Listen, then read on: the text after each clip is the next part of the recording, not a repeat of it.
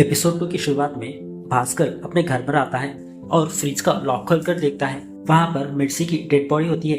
थोड़ी देर बाद उसकी वाइफ आनंदी भी घर आती है और सो जाती है। भास्कर अपनी वाइफ आनंदी को उठाता है और सारे डोर्स और विंडोज लॉक कर बोलता है कि आनंदी, तुम्हें एक बहुत इंपॉर्टेंट बात बोलनी है। कल रात यात्रा से आने के बाद मैं और राघव घर आए थे और मैंने उसे नॉर्मली दवा खिलाकर सुलाती थी। थोड़ी देर बाद जब मैं शराब पी रहा था, सैलोमन ने दरवाजा खटखटाया। जब मैं दरवाजा खोलकर देखता हूँ, सैलोमन के हाथ में मिर्ची थी और सैलोमन ने कहा कि किसी ने उसके साथ गलत हरकत की है और उसके पूरी बॉडी पर ब्लड जा रहा था। मैंने मिर्ची को छूने से मना किया पर सैलोमन नहीं सुना और रो रो कर उसने बोला कि सर, मेरी बेटी को किसी तरह बचा लो, सिर्फ आप ही इसे बचा सकते हो। मैंने बोला इसे हॉस्पिटल ले चलते हैं, वो नहीं माना। तो मैंने उसे बोला कि तुम जल्दी से बाहर जाकर किसी लेडी को हेल्प के लिए बुलाओ।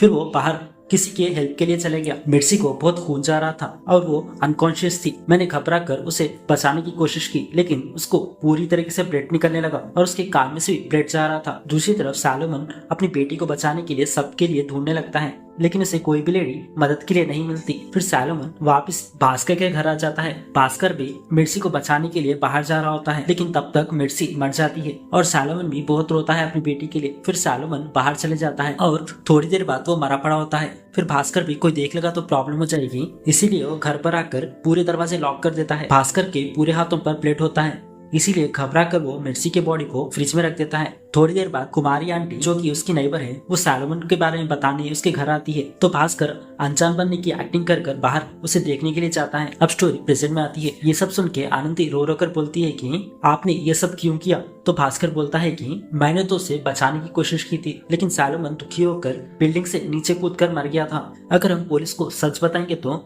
पुलिस मुझे ही समझेगी कि मैंने मिर्ची का रेप कर उसे मर्डर किया है। वो मुझ पर झूठा केस डालकर मुझे अरेस्ट कर लेगी। अगर मुझ पर केस हुआ तो मेरे रिटायरमेंट का पैसा भी मुझे नहीं मिलेगा। इससे हम राहुल का ऑपरेशन नहीं करा पाएंगे। इसीलिए मैं डर गया था और मुझे क्या करना है समझ नहीं आकर मैंने उसे फ्रिज में रख दिया। फिर वो दोनों मिर्ची की बॉडी देखकर बहुत रोते हैं। आनंदी भास्कर से बोलती है कि मुझे बहुत डर लग रहा है, क्या हम पुलिस को बता दें क्या। तो भास्कर रोने लगता है, कहता है कि नहीं, अगर हम बता देंगे तो मुझे रिटायरमेंट का पैसा नहीं मिलेगा और राहुल की जान भी नहीं बचा सकते। दूसरी तरफ ईस्टर अपना खाना पीना छोड़ चुकी थी और मिर्ची के पुरानी फोटोज और वीडियोस देखकर रोने लगती है। दूसरी तरफ पुलिस स्टेशन में मीटिंग चल रही थी कि 3 साल पहले एक 12 साल की लड़की सुधा यात्रा के टाइम गायब हुई थी। अभी तक उसके बारे में कोई भी क्लू नहीं मिला।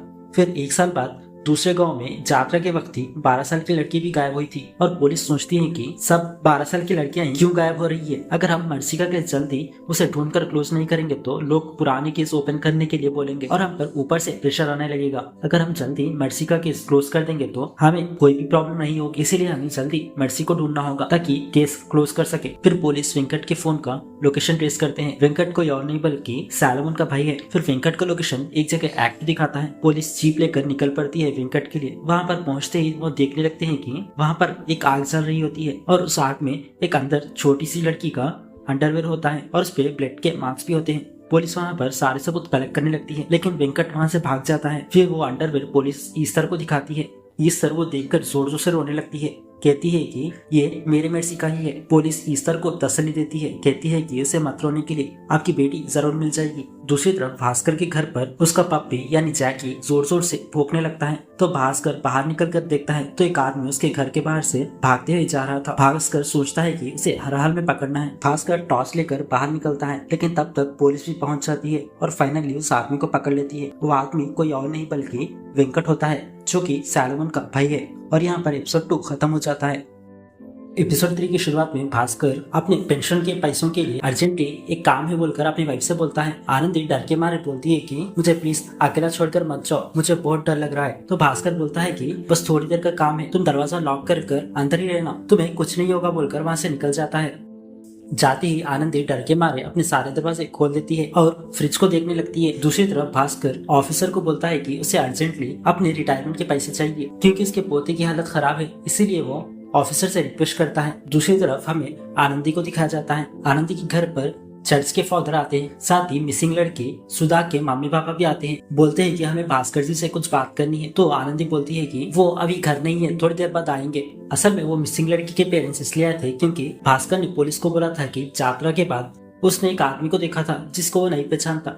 उसी आदमी के बारे में ये पूछने आए थे क्योंकि इनके गायब होने वाली बेटी को ढूंढ सके, क्योंकि पुलिस इनकी मदद नहीं कर रही थी, इसलिए खुद ढूंढने के लिए निकल पड़ते हैं। लेकिन आनंदी उन्हें बैठने के लिए बोलती है क्योंकि भास्कर अब घर पर नहीं है। दूसरी तरफ भास्कर अपना काम खत्म कर घर लौट रहा होता है, लेकिन रास्ते में उसे फ्लोर क्लीनिंग करने के लिए एक स्ट्रॉन्ग एसिड की बोतल खरीद लेता है। दुकान वाला बोलता है कि सर ये एसिड बहुत बेस्ट है फ्लोर साफ करने के लिए। तभी वहाँ पर गौतम यानी पुलिस ऑफिसर ये चीज देख लेता है और वो भी कुछ सामान खरीदने के लिए आया था, और वो नोटिस करता है कि भास्कर इतना सारा एसिड क्यों ले रहा है, और उसके दिमाग में एक छोटा सा डाउट आता है। फिर भास्कर अपने घर पहुंच जाता है और दरवाजा खोलकर देखता है कि वहाँ पर चर्च के फादर और मिसिंग लड़की के पेरेंट्स भी है। भास्कर घबराकर बोलता है कि आप लोग यहाँ पर क्यों आए? तो वो लोग बोलते हैं कि आपसे ही बात करने के लिए आए हैं। आपने पुलिस को बोला था कि यात्रा के बाद आपने किसी आदमी को देखा था, वही हम आपको पूछने के लिए आए थे। तो भास्कर बोलता है कि मुझे जितना पता था मैंने पुलिस को बता दिया, इससे ज्यादा मैं कुछ नहीं जानता, अब जो भी पूछना है पुलिस वालों से पूछ लीजिए कहकर भास्कर उन्हें हाथ जोड़कर वहाँ से भगा देता है। पुलिस स्टेशन में पुलिस वाले वेंकट को बहुत पीट रहे थे और पुलिस वाले उससे पूछते हैं कि बता वो लड़की कहाँ पर है और उसने मिर्सी के साथ क्या किया है। और पुलिस वाले उससे ये भी पूछते हैं कि तेरा नाम वेंकट और तेरे भाई का नाम सैलोमन क्यों है। तो वेंकट बोलता है कि उसने अपना धर्म बदलकर क्रिश्चियनिटी में कन्वर्ट हो गया था और हमारे रिश्तेदारों से वो बिल्कुल बात नहीं करता। और वेंकट रो रो कर बोलता है कि सर मैंने कुछ नहीं किया और मुझे मिर्सी के बारे में कुछ नहीं पता। तभी वहाँ पर सीनियर इंस्पेक्टर आकर बोलता है कि इससे मारने से कुछ नहीं होगा, फटाफट इस पर और उसके बेटे पर मर्डर केस और रेप केस डालकर इसकी एफआईआर फाइल कर दो। तो वेंकट बोलता है कि मेरे बेटे ने कुछ नहीं किया, और वो डर के मारे हाथ जोड़कर सच बोलता है कि सैलोमन और उसके बीच में प्रॉपर्टी के बीच झगड़ा हुआ था और उसके फैमिली को अपनी वश में करने के लिए वेंकट ने काला जादू इस्तेमाल कर उसकी पूजा की थी। पूजा के लिए उसके बाल या फिर उसका खून या फिर उसके कपड़ों की जरूरत थी। जब बिस्तर घर पर नहीं थी तब मैंने उनके कपड़े लेकर आया था और उनकी पूजा कर उन कपड़ों को जला दिया था। तो पुलिस उससे पूछती है वहाँ पर खून क्यों था? तो वेंकट बोलता है कि पूजा के लिए खून की जरूरत थी, इसीलिए मैंने अपना हाथ काट कर खून उनके कपड़ों पर डाल दिया था। पुलिस को लगता है कि वेंकट सच बोल रहा है, इसीलिए पुलिस उसके बात मान लेती है। दूसरी तरफ भास्कर और आनंदी अपने घर पर बैठकर रो रहे होते हैं और बोलते हैं कि मिर्ची के साथ ऐसा बिल्कुल नहीं होना चाहिए था। तो भास्कर बोलता है कि जब तक रिटायरमेंट का पैसा नहीं आता, जब तक राहुल की सर्जरी नहीं होती, हमें किसी को भी सच नहीं बताना होगा, वरना मुझ पर मर्डर केस हो जाएगा और ऑपरेशन का पैसा भी नहीं मिलेगा। लेकिन दोनों अंदर ही अंदर गिल्टी फील करने लगते हैं। दूसरी तरफ मिसिंग लड़की के पेरेंट्स ईस्टर के घर जाकर बोलते हैं कि हम लोगों के साथ भी पुलिस वालों ने कहा कि उसे जल्दी ढूंढ लेंगे, लेकिन अब तक उन लोगों ने हमारी बेटी को नहीं ढूंढा। हम लोगों से सिस्टम को कुछ फर्क नहीं पड़ता, वो हमारी परवाह ही नहीं करते, वो केस क्लोज कर देंगे बोलकर वो ईस्टर को बोलते हैं। फिर वो रो रो कर वहाँ से चले जाते हैं। कायल अपने पापा से झगड़ा कर रही होती है, बोलती है कि मिर्सी को जल्दी ढूंढो ना, मैंने सारे फ्रेंड्स को बोल दिया है कि वो स्कूल जल्दी आएगी, आपने बोला था ना, आपने ऑर्डर दिया है आपने ऑफिसर्स को, फिर अब तक वो क्यों नहीं मिली। दूसरी तरफ भास्कर और आनंदी के घर से फ्रिज में से पानी टपकने लगता है। दोनों डर के मारे फ्रिज देखने लगते हैं। तब उन्हें पता चलता है कि फ्रिज बंद हो गई है और वो काम नहीं कर रही है।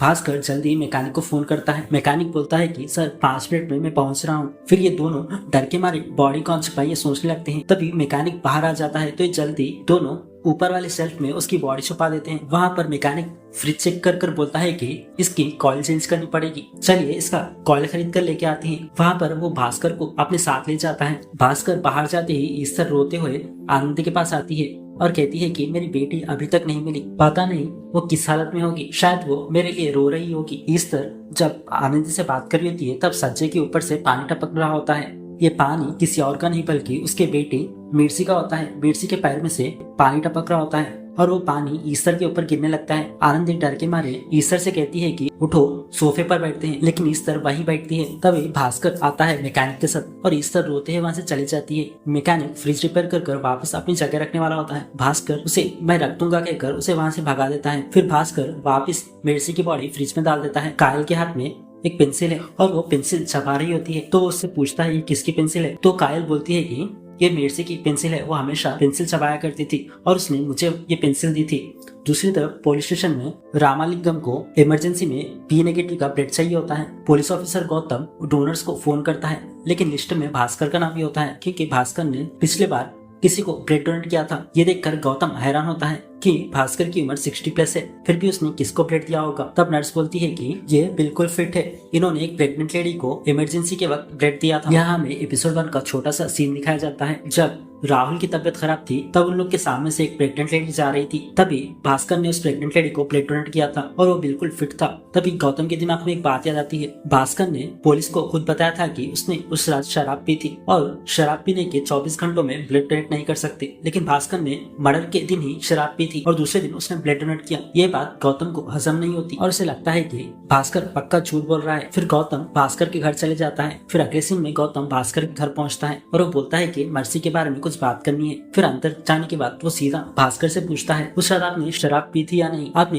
पुलिस को क्यों झूठ बोला कि आपने शराब पी थी? अब पुलिस से क्या छुपा रहे हो कर गौतम भास्कर से पूछता है। भास्कर बोलता है कि मुझे जितना भी पता था मैंने पुलिस को बता दिया, इससे ज्यादा मुझे कुछ नहीं पता कहकर भास्कर उन्हें किसी तरह निकालने की कोशिश करता है। तभी भास्कर का कुत्ता चिल्लाने लगता है। भास्कर बाहर चले जाता है। तभी भास्कर का पोता एकदम से चकरा कर नीचे गिर जाता है और साथ ही एक स्टैंड भी गिरा देता है। उस स्टैंड पर खून लगा हुआ होता है। गौतम ये चीज नोटिस करता है और उस खून के स्टैंड को ही देखने लगता है और इसी के साथ एपिसोड 3 खत्म हो जाता है।